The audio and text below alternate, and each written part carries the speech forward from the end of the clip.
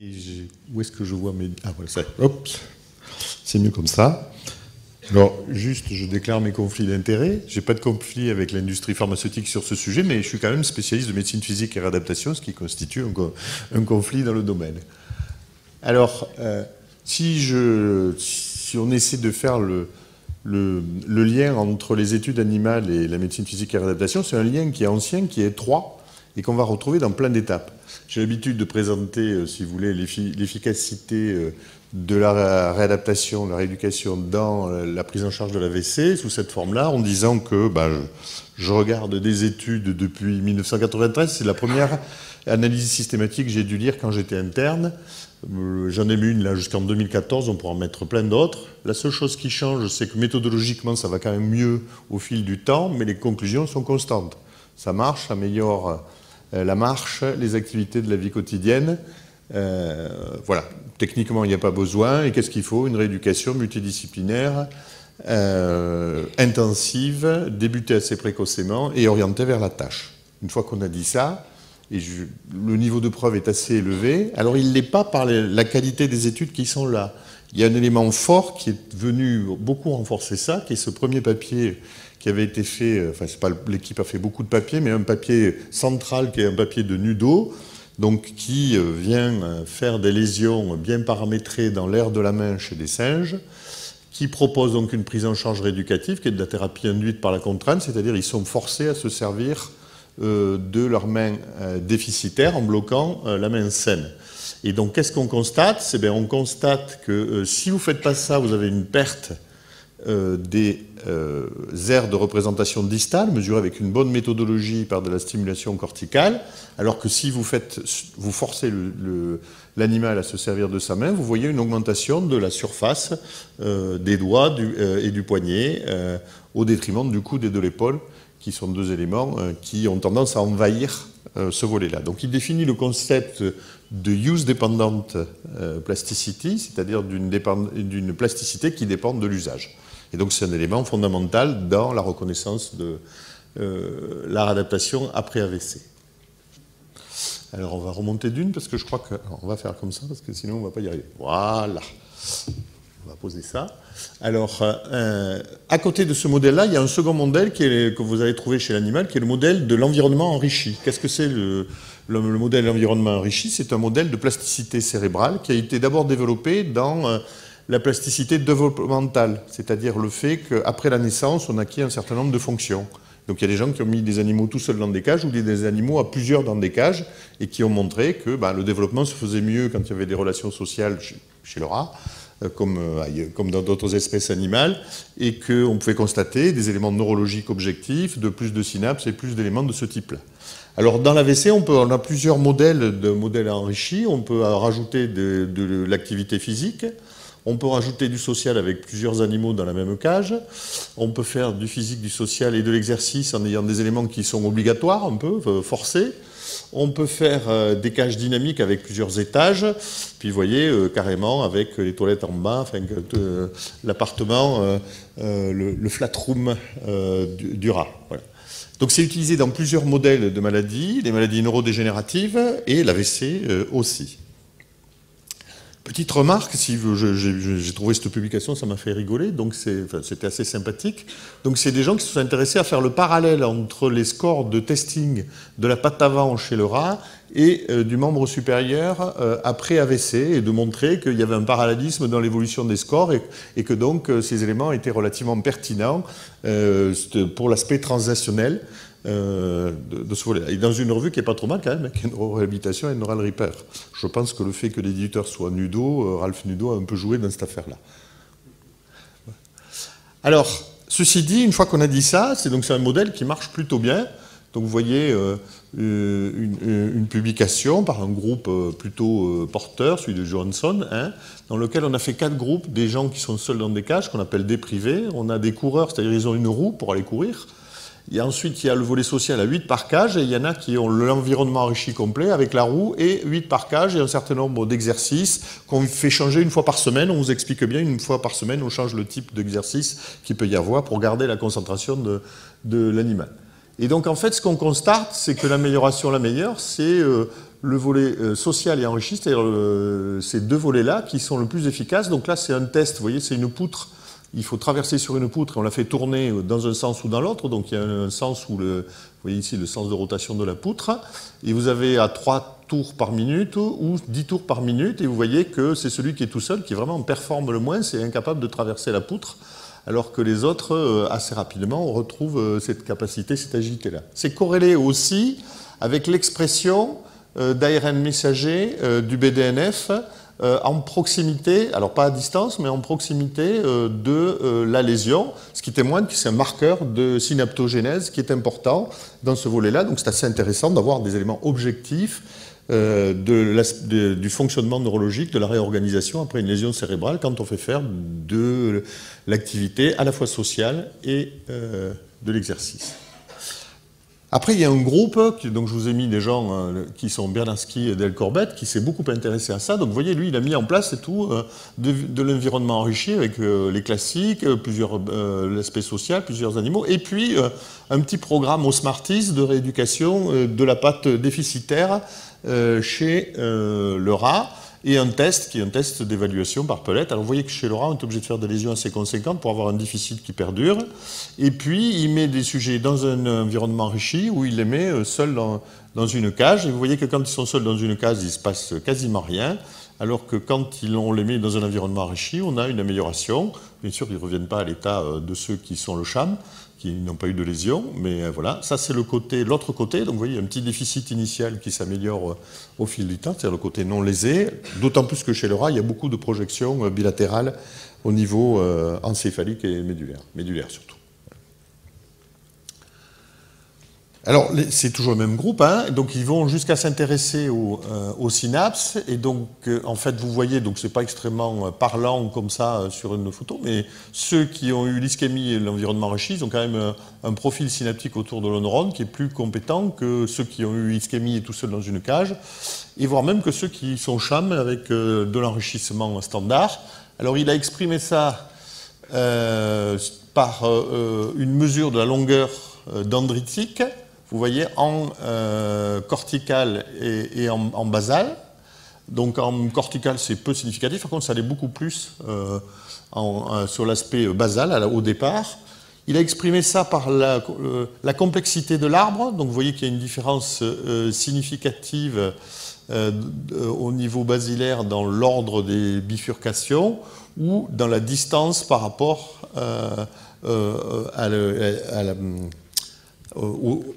aux neurones, voilà, par la distance par rapport aux neurones. Donc, en fait, un arbre dendritique qui s'est multiplié et qui est beaucoup plus dense que ce qu'on a l'habitude de voir. Ce qui est un des mécanismes habituels proposés dans la récupération.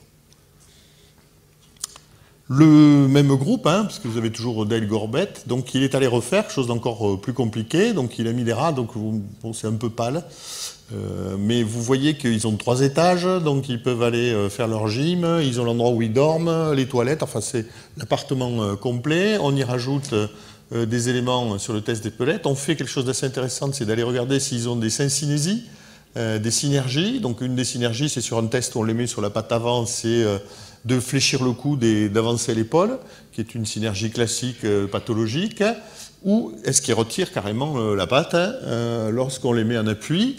Donc on va les suivre sur le plan cinématique, et donc vous voyez entre standard et environnement enrichi, il y a moins de synsynésie dans l'environnement enrichi par rapport au standard. C'est assez intéressant pour ceux qui faisaient du bobat, hein, c'est-à-dire que faire du mouvement et avoir une activité, ça n'entraîne pas une motricité qui est forcément plus mauvaise, en tous les cas chez l'animal. Les lésions sont plus petites, hein, qui est quand même un élément important aussi. Il y a une limitation de l'ampleur des lésions, de la taille des lésions. Et puis vous avez l'expression correcte d'un élément jusqu'à des éléments de production de protéines produites par les neurones qui sont intéressantes en fonction de ces différents groupes. Voilà. Il va un peu plus loin même, puisqu'il refait en fait ce qu'a fait Nudo, hein, pour faire simple. Donc avec son système de rééducation, il montre qu'il a une amélioration plutôt distale chez le sujet en entraînement enrichi par rapport à la proximalité, donc plus vers la fonction et ces éléments-là dans ce groupe d'animaux. Donc c'est quand même assez bluffant comme type d'expérimentation fait chez l'animal, et avec une qualité métrologique et méthodologique sur un certain nombre de facteurs qui est tout à fait intéressante. Il y a plein d'autres éléments dans cet article, hein, puisqu'il va jusqu'aux protéines et ces éléments-là.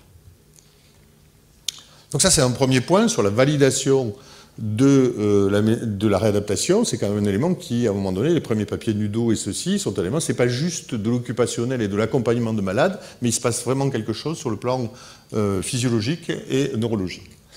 Une autre question, ça c'est la courbe de Jorgensen, j'ai voulu mettre l'original, mais j'y suis pas arrivé sur la diapo, on a été obligé de s'y reprendre 2 fois.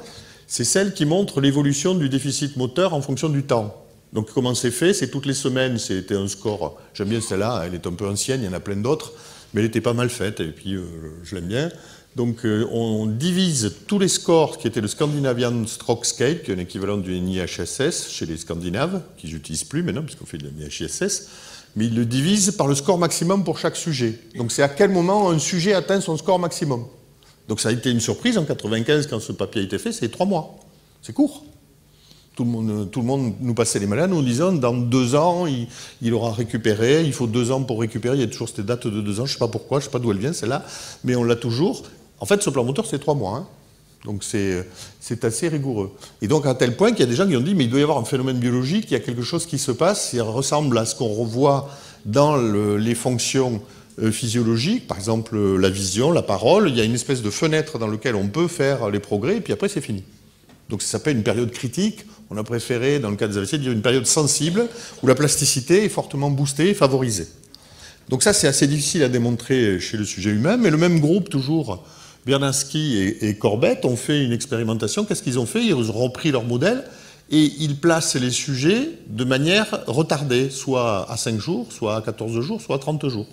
Et ce que vous voyez ici sur leur test de préhension, c'est que à 5 jours ça marche, à 14 jours ça commence à déjà ne plus marcher, à 30 jours ça ne marche vraiment pas du tout. Donc si vous retardez la mise en place de l'environnement enrichi, du modèle expérimental, ben vous n'avez plus l'efficacité de ce volet-là. Donc les sujets, ils doivent venir dans une structure pour faire de la réadaptation, et quoi qu'il leur arrive, si on retarde, ben ce n'est pas une bonne idée, et ça ne va pas forcément bien se passer, cette affaire-là. D'accord? Donc ça, c'était les erreurs. On retrouve aussi le même type sur les performances, hein, avec un test chez l'homme. J'ai essayé de faire un parallèle avec l'homme, et donc vous voyez que c'est des questions qui commencent à intéresser même dans le domaine humain. C'est une publication plus récente, 2021. Et qu'est-ce qu'ils ont fait? Ils ont mis une période intensive, ils l'ont mis soit en acute, c'est-à-dire pendant le premier mois, donc c'est de l'acute large, hein, c'est de la cube de MPR, soit en subacute entre le 2e et le 3e mois, soit en chronique au-delà du 6e mois, et les contrôles, eh bien, ils n'avaient rien en regard.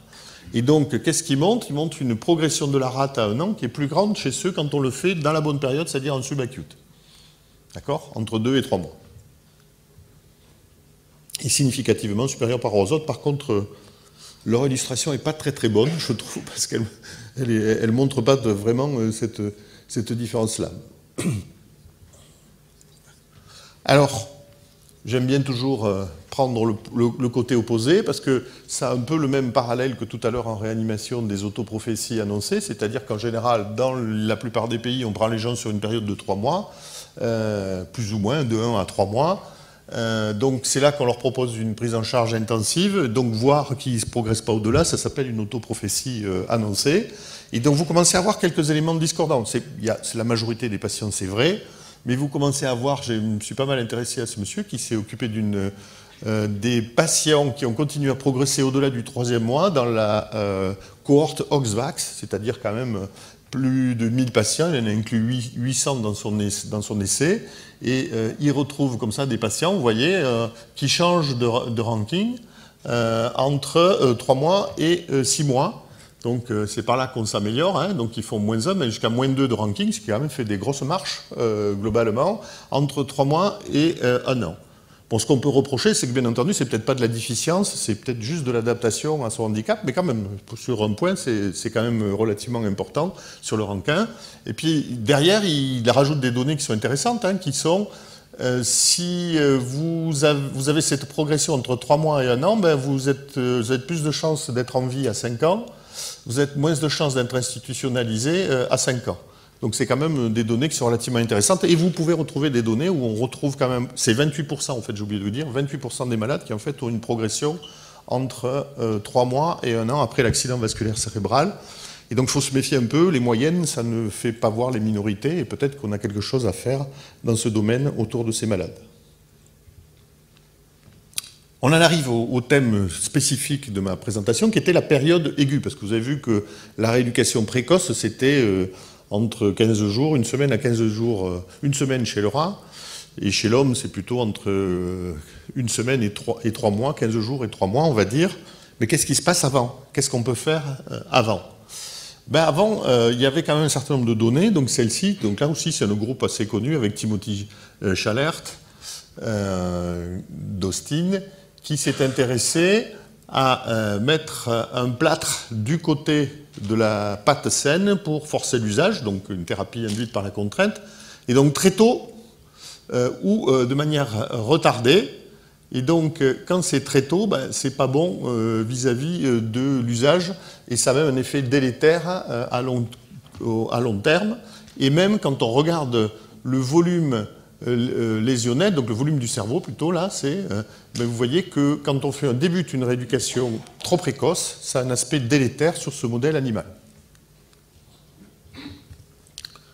Vous avez d'autres travaux dans le même ordre d'idées. Je n'ai pas tout mis parce qu'ils ont fait plein de choses en même temps. Ils ont utilisé des immunoglobulines, ils ont utilisé de l'antinogo, plus ils ont fait du very early versus une semaine après. Là, ce n'est pas des plâtres, parce qu'on peut dire que les plâtres, c'est un peu agressif, c'est de milieux enrichis. Et qu'est-ce qu'ils montrent? Ils montrent d'abord une évolution qui est moins bonne quand on met les animaux immédiatement dans un milieu enrichi après leur lésion cérébrale, et surtout, ils montrent l'augmentation d'à peu près tous les facteurs de l'inflammation, les leucocytes, la température du corps, les alpha-2 immunoglobulines, les éosinophiles, donc tous les éléments d'une majoration de l'inflammation post-AVC, et probablement avec un effet délétère à long terme qui pourrait expliquer la majoration des lésions qu'on peut observer. Alors, est-ce qu'on peut retrouver des choses comme ça chez l'homme? Ben, vous avez une première publication qui date de 2012 qui montre que l'évolution est moins bonne chez les sujets qui sont pris activement en charge dès la phase aiguë par rapport à ceux qui le sont pris un peu plus tard en subaigu. Alors bon, on peut discuter parce que là c'est des effectifs tout petits et peut-être que c'est juste une variation d'échantillonnage qui est responsable de ces différences. Mais là c'est un peu plus difficile de discuter, il y a quand même 1000 personnes dans chaque groupe dans cette affaire-là. C'est AVERT, une cohorte dans laquelle ils se sont intéressés à ce volet-là. Donc vous voyez qu'en termes d'évolution, il n'y a pas de différence, il n'y a pas de bénéfice à faire une prise en charge rééducative. Le caractère intensif, il est là-haut, c'était 31 minutes par jour contre 10 minutes par jour, vous voyez, comme différence de temps.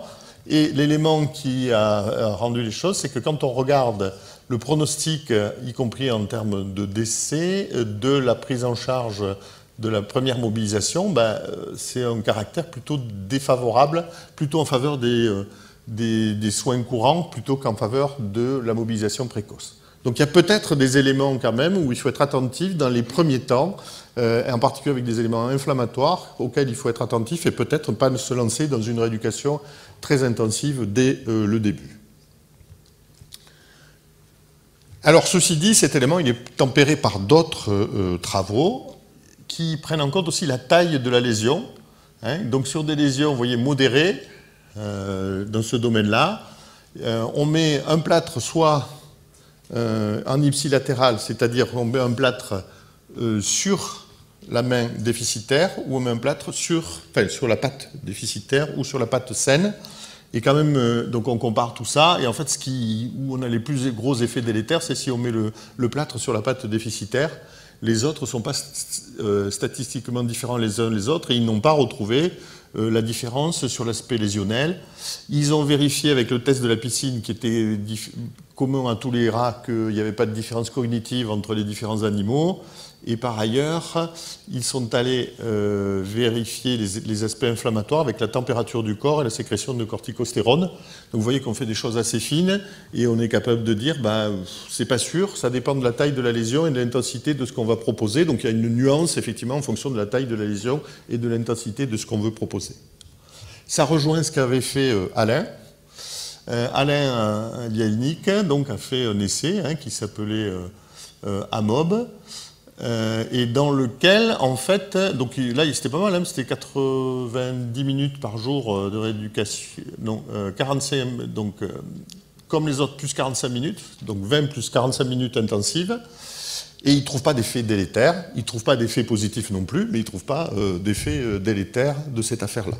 Donc c'est une affaire qui n'est pas totalement réglée, donc j'aurais pu vous mettre aussi, il y a pas mal de méta-analyses sur l'exercice physique, parce que l'exercice physique, normalement, ça diminue plutôt l'inflammation, et c'est plutôt recommandé, y compris de façon relativement précoce, mais il y a sans doute des conditions, il faut être un peu prudent, et un certain respect de la fatigue des patients dans ces phases initiales.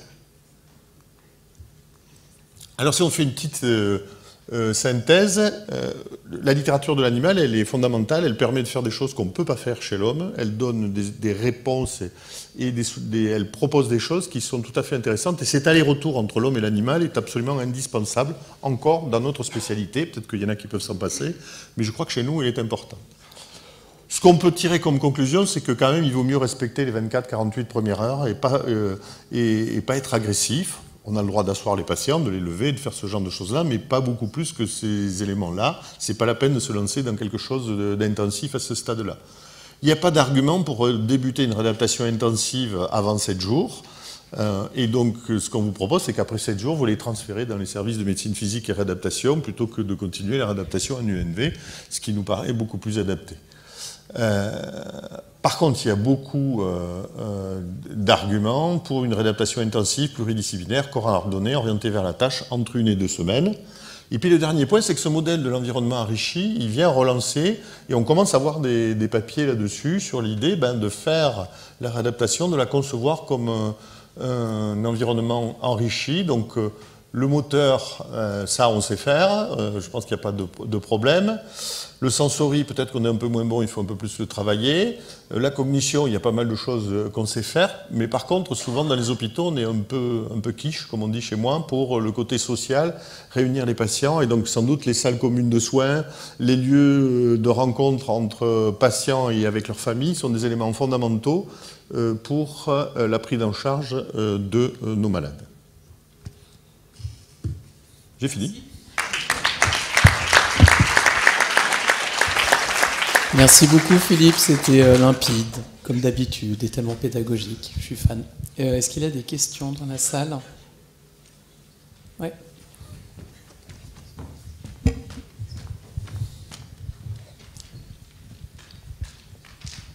Merci Philippe pour cette synthèse. Moi j'avais une question sur, est-ce que tu peux distinguer les effets qu'on peut avoir au niveau des fonctions et structures corporelles sur les déficiences versus celles qu'on a sur les activités? Parce que certains modèles nous disent que quoi qu'on fasse, on ne change pas l'évolution au niveau des déficiences motrices, le fameux modèle de la récupération proportionnelle, et qu'on est surtout actif sur les activités, mais tu as d'autres données que tu montres que peut-être pas, et quel est ton avis à ce sujet-là? Alors, je ne crois pas qu'il y ait 28% des patients pour lesquels, donc si tu fais référence à l'étude de Ganesh, pour lequel l'amélioration soit due à une amélioration des fonctions, et qu'une grande partie de ces patients ont d'abord une amélioration des activités par compensation, adaptation de ce volet-là.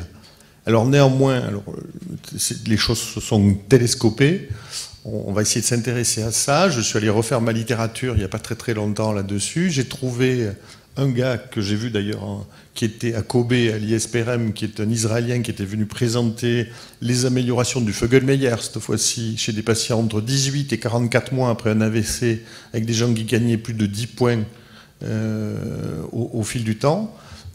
Donc ça, c'est pas de l'amélioration de l'activité, de façon claire. Et j'en ai retrouvé une autre publication où il y a un auteur qui suit des patients comme ça au très long cours, et qui, donc avec des outils un peu sensibles. Donc c'est clair que c'est pas des pas monstrueux, mais dans lequel il faut aller un peu s'intéresser avec des outils sensibles.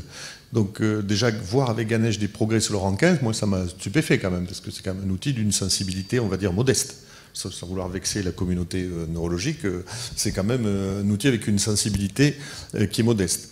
Et en fait, quand on discute avec mes collègues neurologues, par exemple dans le réseau StrokeLink, on discute avec Igor Sibon qui nous dit il n'y a pas de suivi au-delà du 3e ou 4e mois. Donc en fait, on ne sait pas bien ce qui se passe au-delà, sur du long terme. Il y a un peu, les Néerlandais font ça assez régulièrement, plutôt pas trop mal. Donc je ne sais pas, je pense que c'est un phénomène qui est minoritaire, et donc les phénomènes minoritaires, si tu ne te focalises pas dessus, tu ne les verras pas dans la majorité. Et donc peut-être qu'il faut être capable de les identifier, d'avoir des critères. On peut pas, c'est comme l'abstention thérapeutique, on ne peut pas proposer à tous de continuer au-delà du 3e mois, mais si on est capable d'identifier avec quelques éléments des critères de choix, on peut avancer.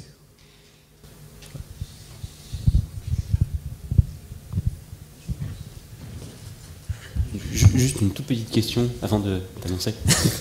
Il y a un impact important donc, de l'environnement enrichi, mais donc aussi de l'environnement social. Alors on le voit, la réadaptation de nos services de MPR, elle se fait, le plateau technique, il y a du monde, les patients se voient, ils se confrontent, ils sont à des temps différents de leur progression. Moi, ça me pose la question, je me dis, effectivement, plutôt que dans les UNV, mais peut-être même plus largement, dans d'autres services où vont intervenir des kinésithérapeutes, plutôt que d'intervenir juste dans le box ou dans la chambre du patient, est-ce que finalement, dans l'architecture même de ces services de soins critiques, peut-être pas de soins critiques, mais en tout cas de soins aigus, est-ce que finalement il ne devrait pas y avoir des petites pièces, salles communes, où les 2 ou 3 kinés du service prennent les patients en même temps et en face à face les uns les autres, plutôt que chacun dans sa chambre pour 20 ou 30 minutes de séance, quoi. Oui, sauf au détail, si tu veux, que dans ce que je t'ai montré, il y a quand même une période où il faut les laisser se reposer un peu au début, ces malades. Ils sont bien fatigués, il faut les laisser tranquilles. Donc après, j'ai pris le bâton pour me faire battre. J'ai taquiné, j'ai dit, comme d'habitude, c'est le rôle du talonneur de mettre les mains sur le ballon et de dire même pas mal. Mais c'est sûr que le neurologue va me dire, vous avez qu'à nous les prendre au bout d'une semaine, et comme ça, on n'aura pas besoin de faire ce travail-là.